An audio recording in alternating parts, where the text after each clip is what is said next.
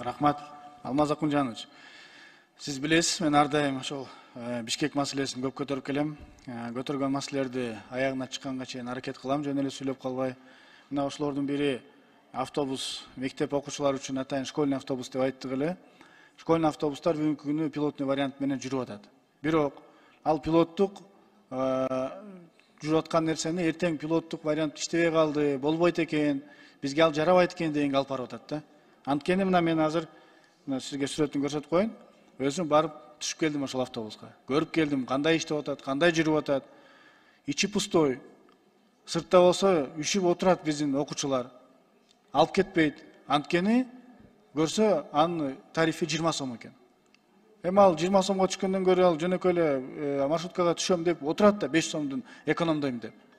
Канчалаган кишилерди көрдүм мен, ошол окуучулардын, биз школьниктерди сыртта отурган. А бул болсо пустой ары бери барып атат. Конечно, аягында пилоттук вариант иштебей калды деп айтат. Ошону аягына чейин чыгарып койсун, көзөмөлдөп койсун, тариф керек болсо андан ылдый болуш керек. Ошондо гана бардыгы өтөт. Бул бир. Экинчи жагынан ата-энелер менен иштеш керек. Азыр ата-энелердин чаттары бар, WhatsApp. Ошолор менен гана иштеп, карточкаларды киргизип, сатып, бир жакшынакай иштетип койсо болот эле. Ушуну көзөмөл алып койсоңуз. Экинчиси, остановкалар боюнча дагы сунуш бердим эле. Мына азыр Айжамолдун астында атайын жабык остановка бирөө курулуптур. Кышы менен биздикилер ошол жерде карапайым эл, школьниктер тоңбойт, жайы менен ысыбайт, жакшы көрүнүш. Ушуну дагы эми башка жактарда курдурсун. Ошол эле Дордой плаза, Бишкек парк, ошолордун ээсине эле айтып койсо куруп берет алар. Өздөрүнө эле керек болот ал, рекламасын ошол жака чыгарат керек болсочу. Ушуну аягына чыгарып койсо. Үчүнчү маселе пробка маселесин айтып кетсек болбойт. Көрүп атасыз, күндө бизде күндөн күнгө машина көбөйүп атат, андан дагы пробкабыз азайбай атат.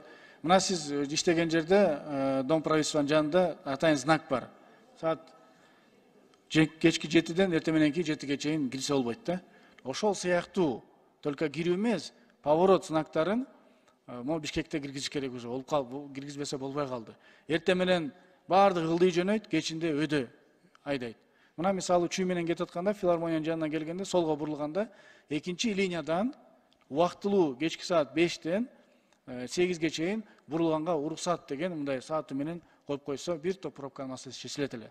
Ушуну дагы мэрияга айтып койсоңуз, ал вроде мындай сунуштарды кабыл алып турган эле мэр экен, алып келип атат, бирок дагы ушу аягына чейин чыгып койсок. Төртүнчүсү бул озеленение.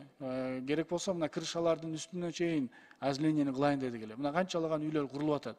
Стандарт эле коюп койсунчу. Үйүңдү курасың, бирок крышага обязательно бактарак эгесиң.